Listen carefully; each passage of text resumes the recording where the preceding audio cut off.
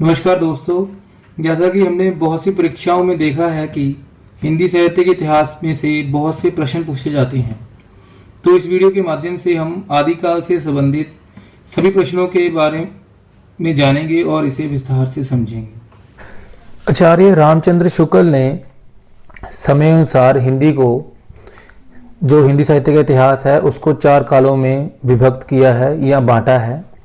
सबसे पहला है आदिकाल, संभवतः 1050 से 1375 तक। दूसरा है भक्ति काल, 1375 से 1700 तक। रीति काल, 1700 से 1900 तक।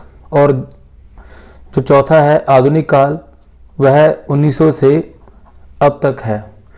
इसके बाद जो अगला प्रश्न है वो ये आता है कि जो आदिकाल है इसको और किन किन नामों से जाना जाता है। तो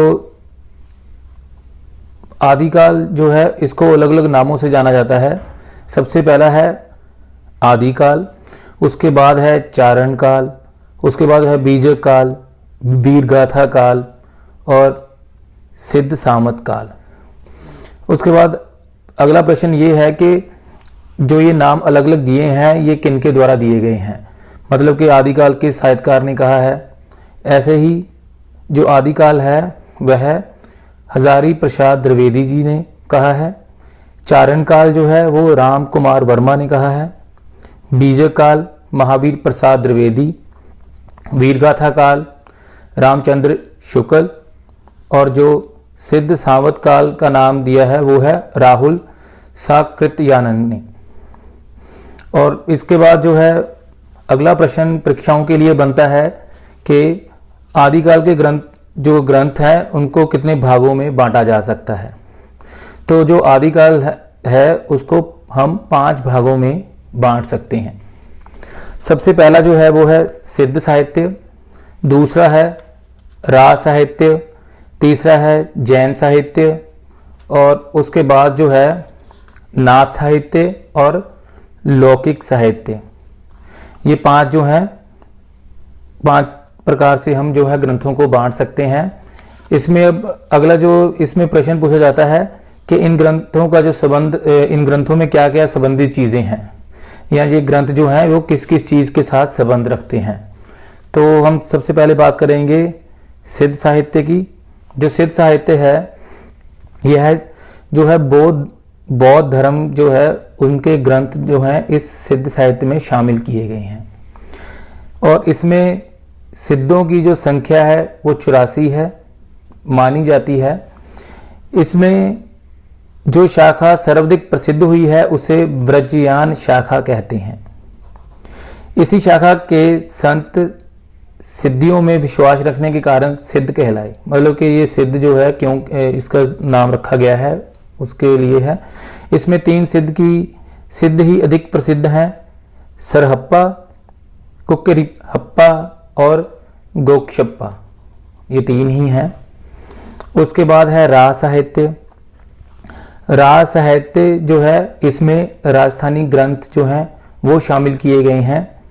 इसमें वीर गाथाएँ, मतलब जो वीरों की गाथाएँ हैं वो भी मिलती हैं और इनमें राजा रानियों के प्रेम प्रसंगों का वर्णन भी जो है वो किया गया है। आगे आ जाता है जैन साहित्य। जैन साहित्य में जैन धर्म के ग्रंथ जो हैं इसमें सारे के सारे शामिल किए गए हैं जैन साहित्य में।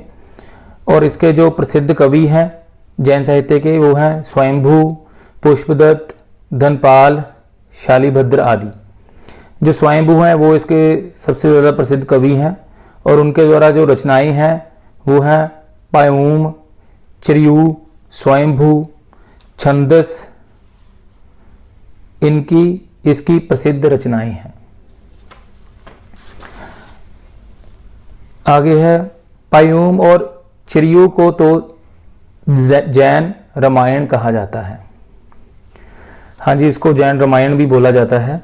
और इसमें जो है राम कथा जो है इसमें 5 खंडों में विभाजित है जो जैन साहित्य है इसमें। आगे है नाथ साहित्य। इनकी संख्या 9 मानी जाती है। नाथ साहित्य गोरखनाथ के ग्रंथों से संबंधित है। इनको गद्य कवि जो है, गद्य कवि का पहला कवि भी कहा जाता है गोरखनाथ को। गोरखनाथ की रचनाओं का संग्रह जो है वो पीताम्बर दत्त ने गोरखबानी नाम से प्रकाशित किया है। आगे है लौकिक रस। इस वर्ग में हम उन साहित्य को रखते हैं जिसकी पृष्ठभूमि में धर्म भावना नहीं है। इसमें मध्यकाल से पहले के ग्रंथ शामिल हैं। ये इसमें खास बात है कि इसमें मध्यकाल के पहले के ग्रंथ जो हैं शामिल किए गए हैं लौकिक में। संदेश रासक इसकी प्रसिद्ध रचना है। संदेश रासक इसकी प्रसिद्ध रचना है। यह एक प्रेम काव्य है। तो इसके बाद जो है, जो अगला इसमें परीक्षाओं में जो अगला प्रश्न पूछे जाते हैं इसमें से आदिकाल में से, वो है कि आदिकाल के कवि कौन कौन से हैं। हाँ जी, आदिकाल के जो कवि हैं सबसे पहले है अमीर खुसरो, उसके बाद है चंद बरदाई, विद्यापति, उसके बाद है नरपति, नाला, उसके बाद है जगनीक। तो इसके बाद ये हो गए आपके आदिकाल के जो कवि हैं। उसके बाद आता है कि इनके द्वारा क्या क्या रचनाएं हैं, इनका जन्म या इनके द्वारा और भी बहुत कुछ जो भी इनके कार्य हैं क्या क्या किए गए हैं। हाँ जी, इसके बाद आता है कि इनके द्वारा लिखी गई किताबें, रचनाएं क्या क्या हैं। तो सबसे पहले जो है वो है अमीर खुसरो। अमीर खुसरो का जो जन्म है वो पटियाली में कासगंज में हुआ है और उनका पूरा नाम जो है वो है अबुल हसन जमीनुद्दीन। अबुल हसन जमीनुद्दीन। जो जीवन की शुरुआत है उन्होंने बलबन के समय में की थी और अलाउद्दीन खिलजी के समय में वह प्रमुख दरबारी रह चुके थे। आगे है हिंदू मुस्लिम संस्कृति का प्रतिनिधित्व भी किया उन्होंने और इसीलिए उनको बहुत सारी रचनाएं करने के लिए भी उनको जो है तोता ए हिंद बोला जाता था। कई बार ये भी कुछ जो प्रश्न है ये परीक्षाओं में पूछ लिया जाता है। आगे है आविष्कार उन्होंने किस किस चीज़ के किए, तो तबला, सितार, गज़ल और मुर्की, इन सब का आविष्कार जो है वो अमीर खुसरो ने किया है।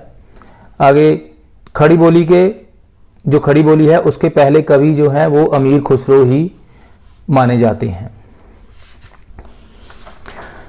आगे उनके द्वारा लिखी गई रचनाएं, किताबें कौन सी है। सबसे पहले है जो पहेलियाँ आशिका, अगला है खलीकबारी, हालते कन्हैया, नजराना ए हिंद, ये इनके द्वारा लिखी गई रचनाएं हैं।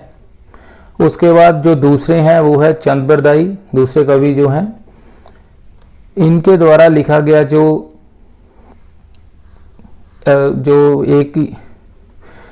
हाँ जी, अगले जो कवि हैं वो है चंद बरदाई, वीर कथा काल के सर्वश्रेष्ठ कवि माने जाते हैं और इनके द्वारा जो किताब लिखी गई है पृथ्वीराज रासो, हिंदी साहित्य का पहला जो महाकाव्य है वो चंद बरदाई ने लिखा, पृथ्वीराज रासो। आगे है विद्यापति। विद्यापति की जो रचनाएं हैं वो है पदावली, कीर्तिलता, कृति पताका। ऐसे ही अगर बात कर रहे हैं पदावली की तो या इसमें जो है श्रृंगार रस है, श्री कृष्ण जी के बारे में इन्होंने बहुत कविताएं लिखी हैं इसमें पदावली में। कीर्तिलता में जो विद्यापति थे कि जो कीर्तिलता में इन्होंने कीर्ति सिंह जो थे राजा, उनके बारे में लिखा हुआ है। आगे है नरपति नल्हा, इनकी जो प्रमुख किताब है बीसल देव रासो, यह एक प्रेम कथा है। हाँ जी, इनके द्वारा प्रश्न पूछ लिया जाता है कि बीसल देव रासो जो है किसके ऊपर आधारित है, तो यह एक प्रेम कथा है। आगे है जगनीक।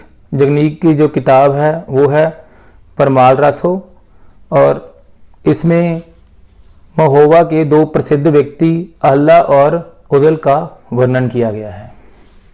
तो मैं आशा करता हूँ कि आपको इस वीडियो से काफ़ी जानकारी मिल गई होगी।